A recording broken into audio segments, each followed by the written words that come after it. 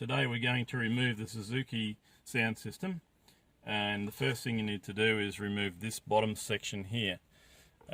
You'll need to get a spudger in behind to give yourself something to grab. Then you're going to pull it out with a good hard oomph. It comes out, there's little clips on the back, and you've got to pull past those, so you have to give it a really good pull. Once you've done that, there's two hidden screws under these points here. You'll need to remove those before you remove the radio. But once those two screws are out, once again it's the same again. You're going to give it a good hard pull to take the radio completely out. And in the back you'll see three plugs, and they all have little lugs to push in, so you can take the plug out like that.